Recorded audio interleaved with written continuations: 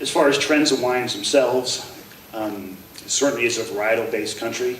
I think it will always be that way. It will be very, very slow to change. I think some of the appellations, well, if you're in France, there's a lot of appellations that people recognize, but when you get to the United States, the number dwindles. So in Italy, the same fashion. So I think the importance of appellations, it really needs to be a great appellation that has a name recognition in the United States. Stylistically, on the flavor profiles of wine, certainly consumers have continued to switch toward fruit-forward wines and maybe fruit-forward with a slight bit of residual sugar. And that's a wine profile that people really enjoy, and we see a tremendous growth of those wines within our stores. Do not label them, never label them sweet. People don't like to drink a wine that's labeled sweet, but they like to have a slightly sweet wine that's labeled Cabernet, Merlot, or by a varietal.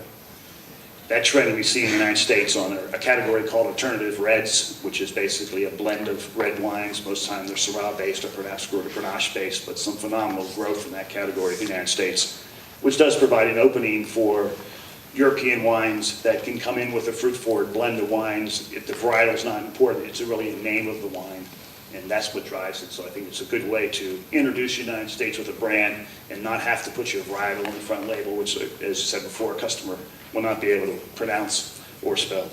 The varietals, as we said before, I think the varietal business will continue to grow. In our stores, we actually set the store by varietal, not by country, so we'll have Cabernet. If it says Cabernet in the label, regardless of the country it's from, it'll be in the same section of the store. Well, if it says Bordeaux in the label, we put it in the Bordeaux section. If it says Bordeaux with Cabernet on the label, it goes back to the Cab section. So I think there is some upside to, you know, the Cabernet is where people are buying, so if you get a Bordeaux wine in Cabernet or a Sauvignon Blanc wine from Bordeaux within Sauvignon Blanc, that's a huge win.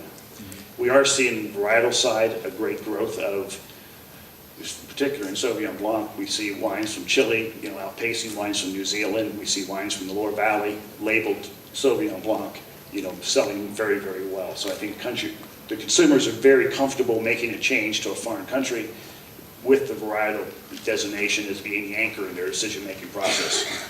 And I think we agreed before that people do not really start with, I want a white wine. They start with, I want a Chardonnay, I want a Sauvignon Blanc. You don't start with, I want a red wine, I want a Cabernet, I want a Merlot, I want a Pinot Noir, I want a Malbec. So I think that I think will continue.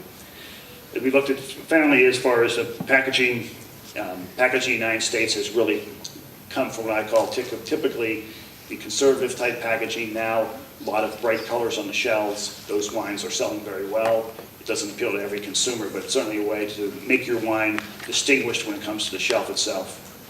We mentioned the sense of place. As we look at wines within our stores, every wine needs to tell a story more than just its taste and the package. And I think that sense of place has been a huge win, or story behind the wine itself, be it the winemaker, be it why it became about.